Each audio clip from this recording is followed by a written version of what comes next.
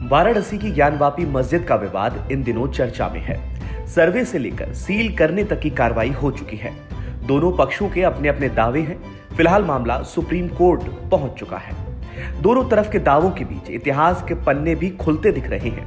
Court के पुराने फैसलों का जिक्र हो रहा है तो उस दौर में बने कानून भी याद दिलाए जा रहे हैं। ताजा चर्चा इलाहाबाद हाई कोर्ट के 1937 में दिए गए उस फैसले को लेकर है, जिसमें क्या कुछ कहा गया था उसको हम आपको बताएंगे। तो क्या है ज्ञानवापी केस पर हाई कोर्ट का 1937 का फैसला, इस पर विस्तार से बात करते हैं। तो 1936 में पूरे ज्ञानवापी परिसर में नमाज पढ़ने के अधिकार को लेकर ब्रिटिश सरकार के खिलाफ जिला न्यायालय में मुकदमा दायर किया गया था।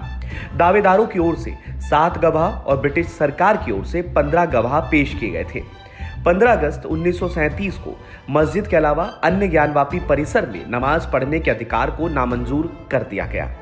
1937 में इलाहाबाद हाई कोर्ट ने मस्जिद के ढांचे को छोड़कर बाकी सभी जमीनों पर वाराणसी के व्यास परिवार का हक जताया और उनके पक्ष में फैसला भी दिया।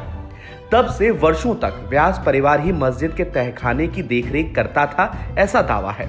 व्यास परिवार तहखाने में जाकर पूजा करता था, यह भी दावा है। उसी तहखाने में आज भी कई चीजों के मंदिर से जुड़े होने का भी दावा किया जाता है। बनारस के तत्कालीन कलेक्टर का नक्शा भी इस फैसले का हिस्सा बना था, जो 1937 में दिया गया था, जिसमें ज्ञानवापी मस्जिद के तहखाने का मालिकाना हक व्यास परिवार को मिला था।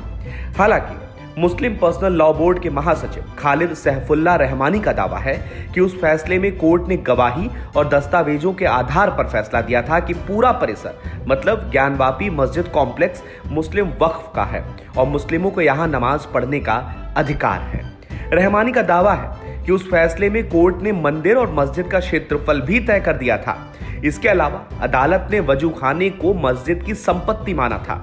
इसी वजूखाने में अब हिंदू पक्ष शिवलिंग मिलने का दावा कर रहा है। ज्ञानवापी मामले में होते हंगामे के बीच मुस्लिम पक्ष लगातार प्लेसेस ऑफ वर्शिप एक्ट 1991 और 1937 में हाई कोर्ट के इस फैसले का जिक्र करते हुए कह रहा है कि इस मामले में कोई फैसला नहीं दिया जा सकता।